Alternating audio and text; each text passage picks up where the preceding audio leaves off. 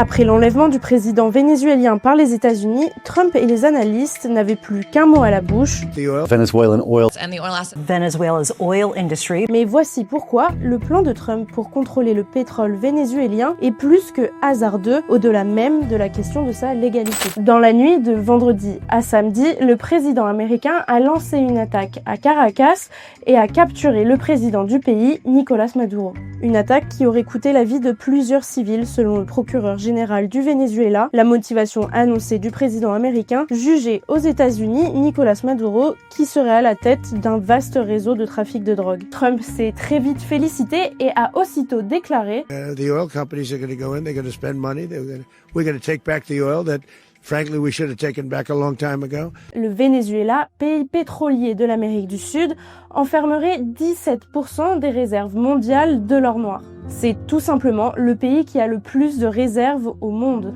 Durant son âge d'or, dans les années 70, le pays produisait près de 4 millions de barils par jour, mais aujourd'hui, avec un peu moins d'1 million de barils par jour selon l'OPEP, le Venezuela est loin de figurer parmi les principaux producteurs de pétrole. À titre de comparaison, les États-Unis en produisent plus de 13 millions par jour. La faute à des années de mauvaise gestion et de corruption qui ont fait chuter la production. Dans le bassin de l'Orénoque, qui renfermerait près de 500 milliards de barils de pétrole, les plateformes de forage sont abandonnées et pillées, vendues en pièces sur le marché noir. Les pipelines du pays ont des fuites, des feux et explosions ont détruit des équipements un peu partout, et la raffinerie de Paraguaná ne fonctionne que par intermittence à cause de pannes. Dans certains ports pétroliers, l'équipement est de si mauvaise qualité qu'il leur faut 5 jours pour charger les pétroliers qui livrent la Chine. Il y a 7 ans, cela ne prenait qu'un jour. En gros, les infrastructures pétrolières sont quasi obsolètes et pour les remettre à jour, les compagnies américaines devraient investir près de 100 milliards de dollars sur les 10 prochaines années, selon Francisco Monaldi, directeur du programme énergie de l'Amérique latine à l'université de Rice au Texas. D'ailleurs, les États-Unis imposent des sanctions économiques au Venezuela depuis 2017. Et en janvier 2019, ils ont instauré un embargo pétrolier visant à asphyxier économiquement le pays qui dépend de ses exportations d'or noir. Seule la compagnie américaine Chevron avait le droit d'opérer au Venezuela. À ce jour, elle extrait 25% de la production du pétrole du pays. Mais elle ne pourra pas relancer la machine pétrolière vénézuélienne toute seule. Vous vous rappelez quand j'ai dit que le Venezuela livrait une bonne partie de son pétrole à la Chine? C'est sur ça que joue aussi Donald Trump. Bien que le pétrole vénézuélien ne représente que 4%